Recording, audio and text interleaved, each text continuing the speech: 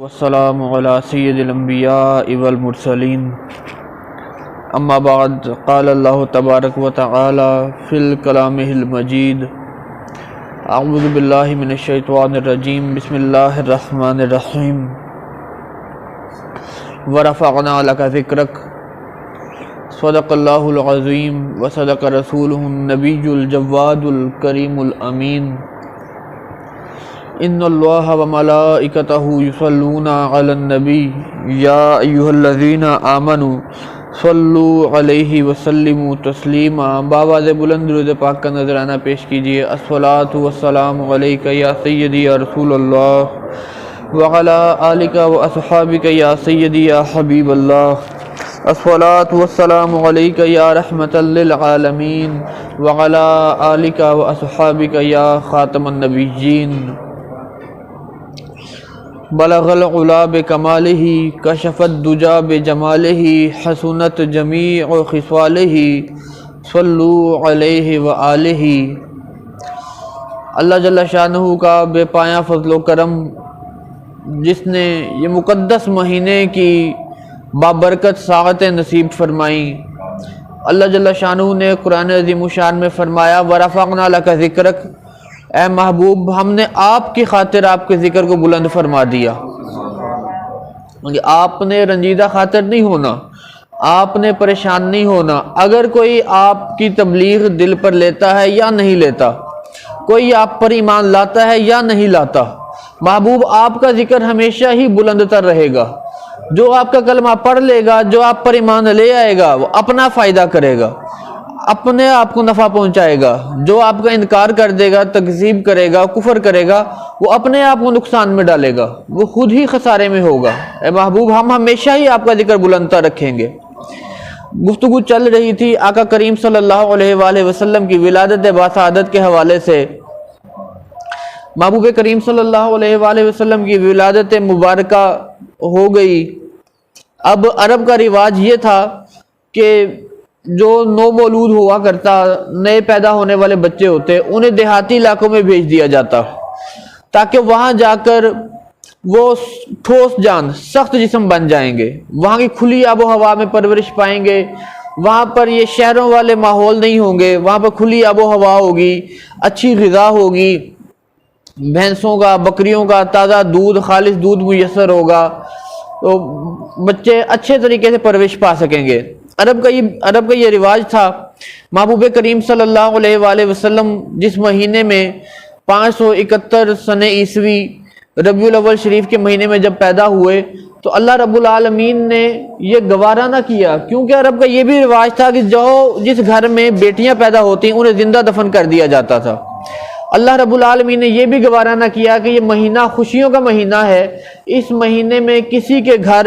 یا کوئی بندہ پریشان ہو، کسی کے گھر ماتم کی صف بچھے۔ پروردگار عالم نے اس پورے ربیع الاول شریف کے مہینے میں مکہ شہر میں جتنے بھی اولادیں ہونے والی تھی سب کے سب گھروں میں بیٹے پیدا فرمائے۔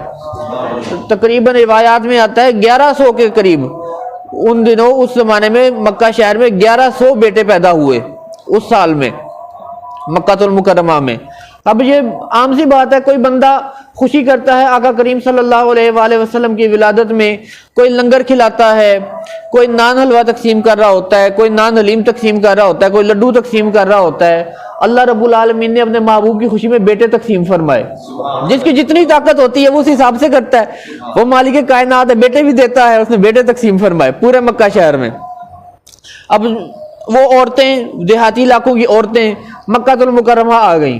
پتہ چل گیا کہ جی بیٹوں کی پیدائش ہوئی ہے، مکہ المکرمہ آ گئیں۔ اب جو بھی دائی آتی، عورت آتی، سب سے پہلے آ کے حضرت عبد المطلب رضی اللہ عنہ کے دروازہ کھٹکھٹاتی، پوچھتی کہ آپ کے گھر تو کوئی اولاد نہیں ہوئی؟ حضرت عبد المطلب رضی اللہ عنہ کے گھر سے پیغام ملتا کہ ہاں اولاد ہوئی ہے لیکن یتیم ہے، بیٹا پیدا ہوا ہے لیکن یتیم ہے۔ ہر دائی یہی سوچتی کہ یتیم بچہ ہے، یتیم کے بچے کے گھر سے بچے کو لے جائیں گے، پرورش کے بدلے میں کیا معاوضہ ملے گا، کتنی خدمت کر دیں گے، کتنی قیمت دے سکتے ہیں، وہ یتیم سمجھ کے چھوڑ کے چلی جاتی۔ دائیاں آتی حضرت عبد المطلب رضی اللہ عنہ کے گھر سے پیغام لیتی، چھوڑ کے چلی جاتی۔ بے شمار دائیاں آئیں، چھوڑ کے چلی گئیں کہ یتیم ہے، یتیم کی خدمت کے بدلے میں ہمیں کیا مل سکتا ہے۔ ساری دائیاں نے پورے مکہ المکرمہ شہر کے راؤنڈ کیا، چکر لگایا، جتنے بچے تھے پیدا ہوئے سب بچوں کو لے لیا۔ آخر میں بنو سعد کی ایک دائی حضرت حلیمہ رضی اللہ تعالی عنہا آپ اکیلی رہ گئیں۔ چونکہ اکیلی اس وجہ سے رہ گئیں، پیچھے اس وجہ سے رہ گئیں، کوئی بچہ اس وجہ سے نہیں ملا کہ نہایت ہی غربت اور قسم پرسی کی زندگی گزار رہی تھی۔ جس ڈاچی پہ آئی تھی، جس سواری پہ آئی تھی، وہ بھی انتہائی کمزور تھی، اسے بھی چلا نہیں جاتا تھا، دودھ خشک ہو چکا تھا اس سواری کا، چل وہ سکتی نہیں تھی، انتہائی لاغر اور کمزور ہو چکی ہوئی تھی۔ تو اس وجہ سے آپ پیچھے رہ گئیں۔ ادھر جب ساری دائیاں بچوں کو لے کے چلی گئیں، خدمت طے کر کے چلی گئیں، حضرت حلیمہ رضی اللہ تعالی عنہ جب مکہ المکرمہ آئیں، پتہ لگا کہ سب کے بچے چلے گئے ہیں، صرف ایک گھر میں ایک بچہ رہ گیا ہے، لیکن وہ بچہ یتیم ہے۔ حضرت حلیمہ رضی اللہ تعالیٰ نے اپنے خاوند سے مشورہ کیا کہ کیا خیال ہے، یتیم بچہ ہے، چلو کچھ نہ کچھ تو ملے گا، نہ ہونے سے کچھ ہونا بہتر ہے، کچھ نہ کچھ تو ملے گا، اس یتیم بچے کو لے جاتے ہیں۔ حضرت حلیمہ سعدیہ رضی اللہ تعالیٰ عنہ نے آ کر حضرت عبدالمطلب رضی اللہ عنہ کے گھر کا دروازہ کھٹکھٹایا۔ پیارے آقا کریم صلی اللہ علیہ وآلہ وسلم کے دادا جان باہر تشریف لائے۔ آپ نے فرمایا کہ بیٹا ایک بچہ ہے لیکن یتیم ہے۔ انہوں نے کہا حضرت ہمیں قبول ہے جس طرح کا بھی ہے، آپ ہمیں بچے سے ملوا دیں، اس کی والدہ سے ملوا دیں۔ حضرت آمنہ سلام اللہ علیہا کے حجرے کی طرف لے گئے، وہاں پہ پہنچے، نبی اکرم صلی اللہ علیہ وآلہ وسلم آنکھیں بند فرما کر آرام فرما رہے تھے۔ جس وقت حضرت حلیمہ سعدیہ رضی اللہ تعالیٰ عنہ تشریف لائیں، محبوب کریم صلی اللہ علیہ وآلہ وسلم اپنے چشمان مبارک کھول دیے، آنکھیں کھولیں، آنکھیں کھول کے جس وقت اما حلیمہ سعدیہ کی طرف دیکھا تو ہاتھ اٹھا کے ان کی طرف لپکے، جس طرح بچے کسی جان پہچان والا ہو، کسی کے ساتھ واقفیت ہو، کسی کے ساتھ محبت ہو۔ بچے وہ کہتے ہیں بچے ہاتھ پہچانتے، جس کا ہاتھ پہچانتے ہو بچے جب اس کو دیکھیں تو خوشی میں مسرت میں اس کی طرف لپکتے ہیں کہ ہمیں گود میں اٹھا لو۔ محبوب کریم صلی اللہ علیہ وآلہ وسلم نے جب اماں حلیمہ سعدیہ کو دیکھا تو ان کی طرف لپکے کہ مجھے گود میں اٹھا لیں۔ ادھر جس وقت حضرت اماں حلیمہ سعدیہ رضی اللہ تعالیٰ عنہ نے محبوب کریم صلی اللہ علیہ وآلہ وسلم کی سونی سونی منموہنی صورت دیکھی تو احادیث مبارکہ میں آتا ہے تو میں مابد فرماتی ہیں کہ حضور کی شخصیت اتنی خوبصورت تھی، حضور اتنے خوبصورت تھے کہ دور سے دیکھو تو خوبصورت لگتے تھے، پاس سے دیکھو تو زیادہ خوبصورت لگتے تھے۔ حالانکہ یہ اصول ہے کہ دور کی چیز پیاری لگتی ہے، پاس آتی جائے تو اس کے اندر عیب نظر آنا شروع ہو جاتے ہیں، اس کے اندر پتہ لگنا شروع ہوتا ہے کہ اس کے اندر یہ نقص ہے۔ لیکن محبوب کریم صلی اللہ علیہ وآلہ وسلم کا والضحیٰ والا چہرہ اتنا خوبصورت تھا کہ دور سے دیکھو تو سونا لگتا تھا، پاس سے جا کے دیکھو تو اور زیادہ سونا لگتا تھا۔ حضرت اماں حلیمہ سعدیہ نے جب وہ سونا سونا مکھرا دیکھا، والضحیٰ والا چہرہ دیکھا، واللیل والی زلفیں دیکھیں، آپ کا دل فدا ہو گیا۔ جا کے اپنے خاوند سے مشورہ کیا کہ لڑکا تو بڑا خوبصورت ہے، میرا دل کہتا ہے ہمیں اس کو نہیں چھوڑنا چاہیے۔ خاوند کہنے لگا میں نے تو تمہیں پہلے کہا ہے، نہ ہونے سے کچھ ہونا بہتر ہے، تم لے آؤ۔ جس وقت گئیں اماں آمنہ سلام اللہ علیہا کی خدمت میں حاضر ہوئیں، عرض کی کہ میں آپ کے بیٹے کو ساتھ لے جاتی ہوں۔ محبوب کریم صلی اللہ علیہ وآلہ وسلم کی والدہ نے فرمایا کہ حلیمہ تم اس کی خدمت کی طرف سے پریشان نہ ہونا، یہ دل میں ہرگز یہ بات نہ لانا کہ ہم اس کی خدمت کے بدلے میں تمہاری کیا خدمت کریں گے، تم اس کی پرورش کرو گے، ہم اس کا تمہیں کیا معاوضہ دیں گے، اس بات کی تم بالکل فکر نہ کرنا، اس کی خدمت کا بدلہ تمہیں غیب سے اللہ پروردگار دے دیا کرے گا۔ اس وقت اماں حلیمہ سعدیہ فرماتے ہیں اس وقت مجھے نہیں پتا لگا کہ محبوب کریم صلی اللہ علیہ وآلہ وسلم کی والدہ نے کیا جملہ ارشاد فرمایا، بس نہ ہونے سے کچھ ہونا بہتر، یہ الفاظ میرے کانوں میں گونج رہے تھے۔ میں نے محبوب کریم صلی اللہ علیہ وآلہ وسلم کو گود میں اٹھایا، باہر لے آئی۔ اب مکے کی میں جتنی دائیاں آئی تھیں وہ سب کی سب بچوں کو لے کے معاوضے طے کر کے چلی گئی ہوئی تھیں، کسی کو سواریاں بھی ملی تھیں، کسی کو پیسے روپے ملے تھے، کسی کو اناج ملا تھا، سب سواریاں نکل گئی ہوئی تھیں۔ اب جس وقت محبوب کریم صلی اللہ علیہ وآلہ وسلم نے آ کے حضرت اماں حلیمہ سعدیہ کی گود میں اس ڈاچی پر، جس ڈاچی پر اماں حلیمہ سعدیہ آئی تھیں، اس ڈاچی پر اماں حلیمہ سعدیہ نے قدم رکھا، محبوب کریم صلی اللہ علیہ وآلہ وسلم کی برکت سے،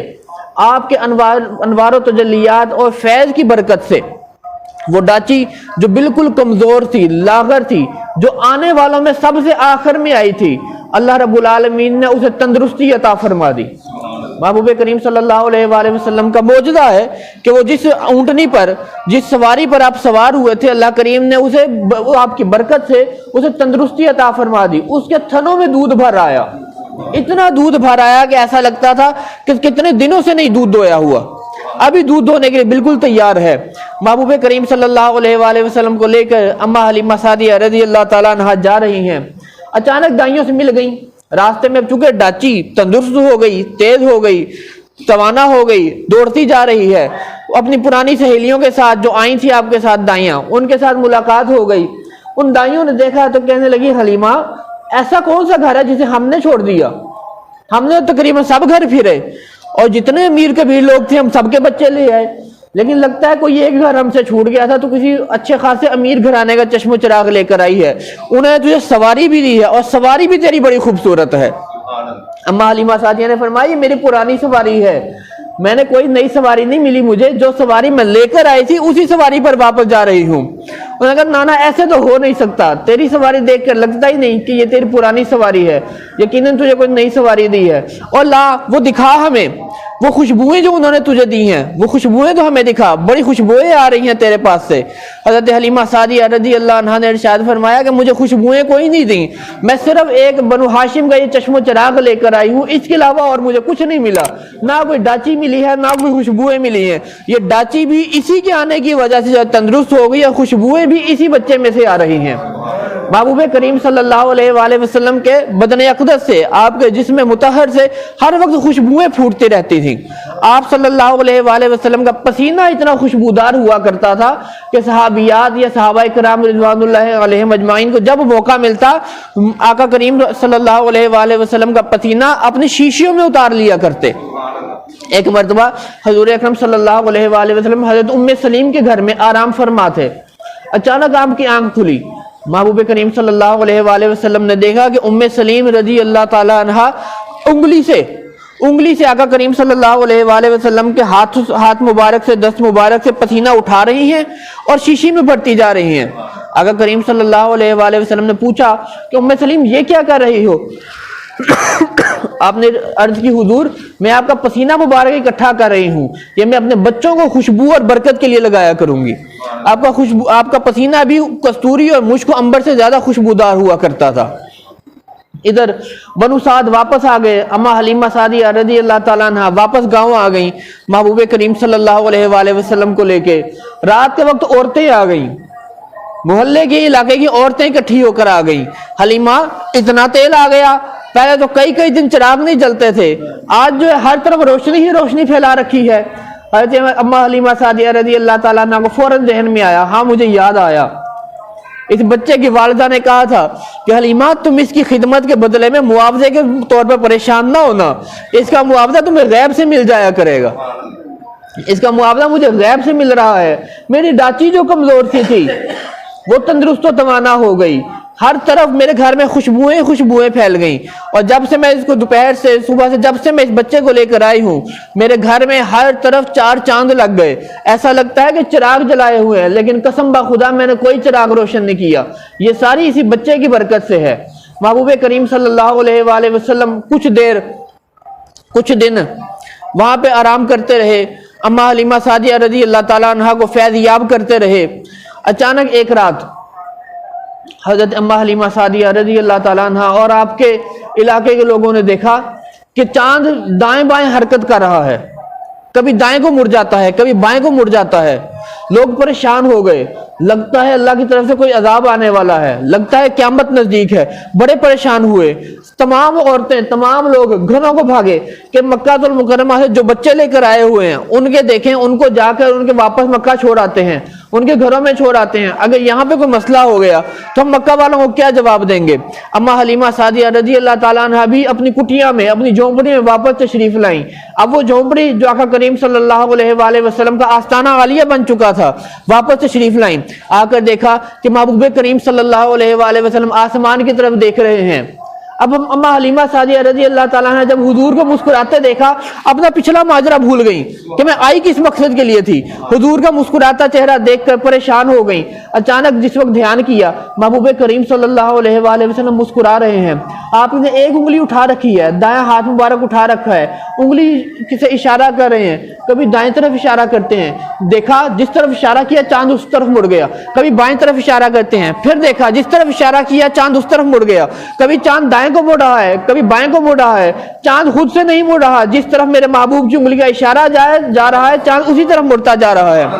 اما حلیمہ سعدیہ رضی اللہ تعالیٰ عنہ کو یقین ہو گیا کہ بچہ جو میں لے کر آئی ہوں یہ کوئی عام بندہ نہیں ہے، یہ کوئی معمولی بچہ نہیں ہے، یہ یقیناً اللہ رب العالمین کے بارگاہ بہت مقبول بچہ ہے۔ خدا کا کریم صلی اللہ علیہ وآلہ وسلم ارشاد فرماتے ہیں کہ جب میں چھوٹا تھا، بچپن کے عالم میں، جب میں اکیلا تنہائی محسوس کرتا، اکیلا پن محسوس کرتا، میں اللہ رب العالمین کے آسمان پر بنائے ہوئے چاند اور سورج کے ساتھ کھیلا کرتا تھا۔ اور خود اس کی گواہی اما حلیمہ سعدیہ رضی اللہ عنہا نے بھی دی کہ جس طرف انگلی مبارک کا اشارہ ہوتا تھا چاند بھی اس طرف مڑ جایا کرتا تھا۔ محبوب کریم صلی اللہ علیہ وآلہ وسلم چاند کے ساتھ کھیلا کرتے تھے۔ نبی اکرم صلی اللہ علیہ وآلہ وسلم کی عمر مبارک تقریباً 1.5-2 سال کے قریب ہوئی، جس وقت آقا کریم اس سے پہلے جب آقا کریم صلی اللہ علیہ وآلہ وسلم نے بولنا شروع کیا، سب سے پہلا جملہ عام طور پر ہمارے گھروں میں جو سکھایا جاتا ہے وہ یہاں امی کا نام بولنا سکھایا جاتا ہے، بیٹے امی بولو یا ابو بولو، اس طرح بولنا سکھایا جاتا ہے۔ آقا کریم صلی اللہ علیہ وآلہ وسلم بھی اپنے بچپنے کے عالم میں دیکھا کرتے تھے، سنا کرتے تھے، لیکن جو سب سے پہلا جملہ آقا کریم صلی اللہ علیہ وآلہ وسلم نے اپنی زبان مبارک سے ارشاد فرمایا، اللہ اکبر کبیرہ والحمدللہ کثیرہ وسبحان اللہ بکرۃ واصیلا، سب سے پہلا جملہ جو بولا وہ بھی اللہ کریم کی بڑائی بیان کی، اس کی تمحید اور اس کی پاکیزگی بیان کی سب سے پہلے۔ اس کے بعد نبی اکرم صلی اللہ علیہ وآلہ وسلم کا معمول تھا کہ جب آپ نے بولنا شروع کر دیا تو جب بھی کوئی کام کرنے لگتے، ہر کام کرنے سے پہلے بسم اللہ الرحمن الرحیم پڑھا کرتے، اور اپنے رضائی بہن بھائیوں کو بھی تلقین کرتے کہ بسم اللہ پڑھ کے کام کرو، بسم اللہ پڑھ کے کام کرو۔ محبوب کریم صلی اللہ علیہ وآلہ وسلم کی عمر مبارک جب 1.5-2 سال کے نزدیک ہوئی، آپ کی رضائی بہن حضرت شیمہ وہ کہنے لگی اپنی والدہ سے کہ میں اپنے بھائی کو ساتھ لے جاؤں باہر بکریاں چرانے کے لیے۔ آپ کی والدہ حضرت حلیمہ سعدیہ رضی اللہ تعالیٰ عنہ نے فرمایا کہ باہر تو لے جائے گی، باہر تو بڑی دھوپ ہے۔ حضرت شیمہ عرض کرنے لگی امی جان میں نے یہ محسوس کیا ہے کہ جب میں اپنے بھائی کو، اس عربی بھائی کو، مکی بھائی کو لے کر نکلتی ہوں تو ہمیں دھوپ کچھ نہیں کہتی، جس طرف ہمارا یہ مکی بھائی چلتا جاتا ہے اللہ رب العالمین اس طرف بادلوں کی چھاؤں کیے رکھتا ہے، ہمارے اوپر کبھی بھی دھوپ نہیں پڑی۔ نبی اکرم صلی اللہ علیہ وآلہ وسلم کو ساتھ لے جانے کی اجازت دے دی گئی۔ حضرت شیمہ آقا کریم صلی اللہ علیہ وآلہ وسلم کو ساتھ لے جایا کرتی۔ مکہ اس علاقے میں جہاں پہ حضرت اماں حلیمہ سعدیہ رضی اللہ تعالیٰ عنہ رہتی تھی، اس علاقے کی خواتین اور آدمی اپنے ملازموں کو سختی سے تاکید کیا کرتے کہ تم اپنی بکریاں اس جگہ پر، اس سبزہ میں، اس چراگاہ میں کیوں نہیں لے کر جاتے جہاں پر حلیمہ کی بکریاں جاتی ہیں۔ حلیمہ کی بکریوں کو دیکھو دن دگنی رات چگنی ترقیاں کر رہی ہیں، دودھ دوتی ہیں، پورے پورے گھر کے برتن بھر جاتے ہیں، سال میں 3-3 4-4 دفعہ بچے پیدا کرتی ہیں، بچے سال میں جوان ہو جاتے ہیں، اگلی نسل تیار ہو جاتی ہے۔ تم بھی اس چراگاہ میں اپنی بکریوں کو لے کے جایا کرو۔ لیکن کسے معلوم تھا کہ یہ چراگاہ میں جانے کی برکت سے نہیں بلکہ یہ نبی اکرم صلی اللہ علیہ وآلہ وسلم کی برکت سے تھا۔ حضور تشریف لے جایا کرتے تھے، حضور کی برکت سے بکریوں میں اتنی برکت پڑ گئی تھی۔ اللہ رب العالمین کی بارگاہ میں دعا ہے کہ ہمیں نبی اکرم صلی اللہ علیہ وآلہ وسلم کی میلاد کی خوشی صحیح معنوں میں منانے کی توفیق عطا فرمائے۔ وما علینا الا البلاغ المبین۔